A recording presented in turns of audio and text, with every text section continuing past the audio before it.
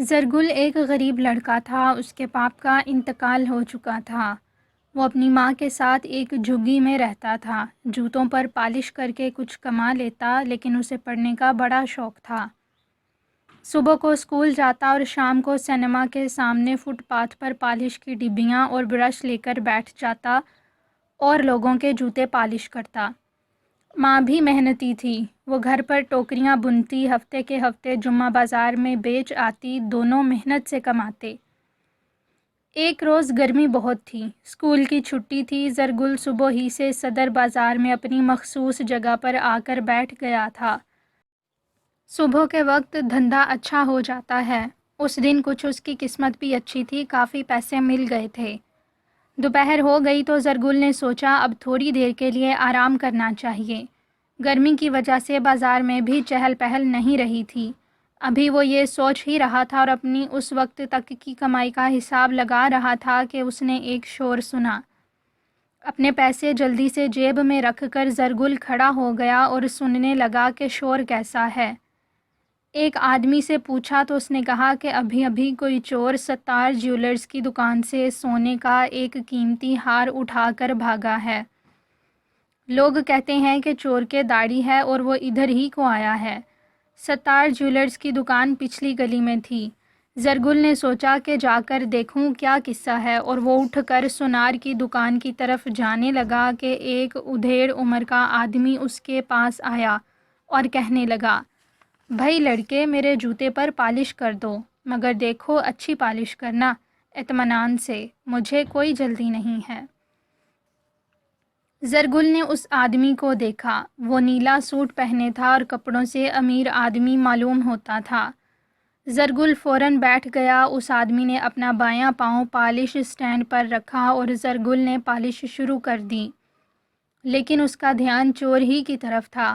اس نے پہلے ڈسٹر نکالا، جوتا صاف کیا، پھر کالی پالش کی ڈبیاں نکالی، برش سے جوتے پر پالش لگائی اور رگڑنی شروع کر دی۔ ذرا سی دیر میں جوتا چمکنے لگا۔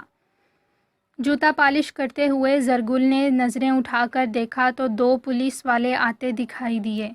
زرگل کا ہاتھ رک گیا۔ اس کا جی چاہا کہ وہ ان سے پوچھے کہ چور ملا یا نہیں۔ اس آدمی نے بھی پولیس والوں کو دیکھ لیا تھا۔ وہ زرگل سے ڈانٹ کر بولا، جلدی جلدی پالش کرو، مجھے 3 بجے ریلوے اسٹیشن پہنچنا ہے۔ یہ کہہ کر وہ اپنی گھڑی دیکھنے لگا۔ زرگل نے سر جھکایا اور تیزی سے جوتا چمکانے میں لگ گیا۔ بائیں پاؤں کا جوتا اب خوب چمک گیا تھا۔ اس نے جوتے کو ٹہوکا دیا، صاحب دوسرا پاؤں۔ اس آدمی نے دوسرا پاؤں سٹینڈ پر رکھ دیا اور کہنے لگا، جلدی کرو، وقت تھوڑا رہ گیا ہے۔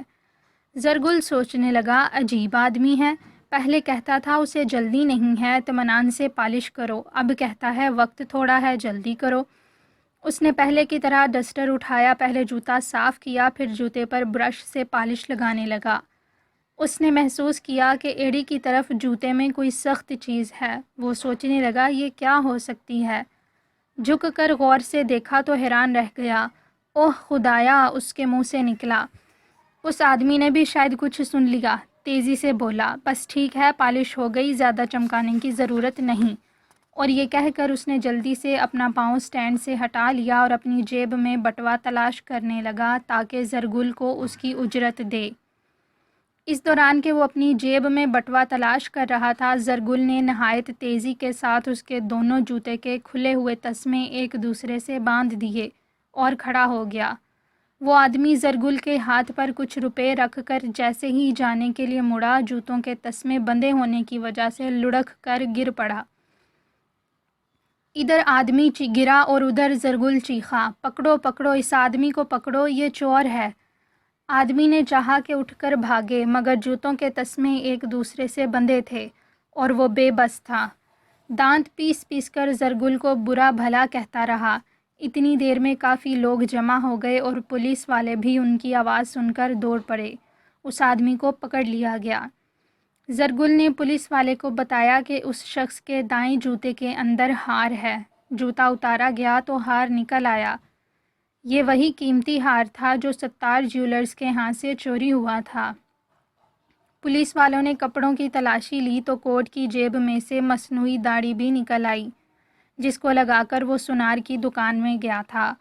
زرگل کی سمجھداری کی بہت تعریف ہوئی۔ انسپکٹر جنرل پولیس نے تعلیم جاری رکھنے کے لیے اس کا وظیفہ مقرر کر دیا اور ستار جیولرز نے بھی اس کو 500 روپے انعام میں دیے۔ زرگل کے اسکول میں بھی ایک جلسہ ہوا جس میں ہیڈ ماسٹر صاحب نے اس کو اچھی کتابوں کا ایک سیٹ اور تعریفی سند انعام میں دی۔